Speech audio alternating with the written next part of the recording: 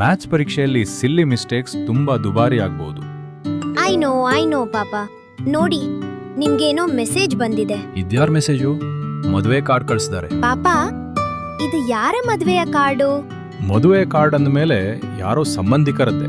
ಇದೇನು ಕಾರ್ಡ್ ನೋಡಕ್ಕೆ ಏನೋ ಇನ್ಸ್ಟಾಲ್ ಮಾಡ್ಬೇಕಂತೆ.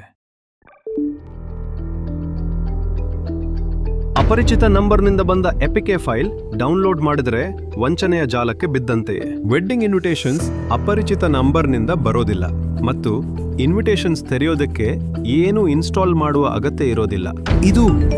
ಇದೇನಾಯ್ತು? ಬ್ಯಾಂಕ್ ಅಕೌಂಟ್ನಿಂದ 4 ಲಕ್ಷ ಹೋಯ್ತು. ಹೇಗೆ?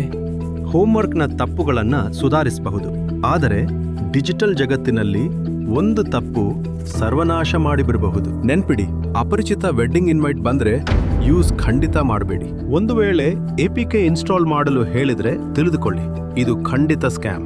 ಫ್ರಾಡ್ ರಿಪೋರ್ಟ್ ಮಾಡೋದಕ್ಕೆ ಒಂದು 930ಗೆ ಕರೆ ಮಾಡಿ ಅಥವಾ www.cybercrime.gov.in ಭೇಟಿ ನೀಡಿ.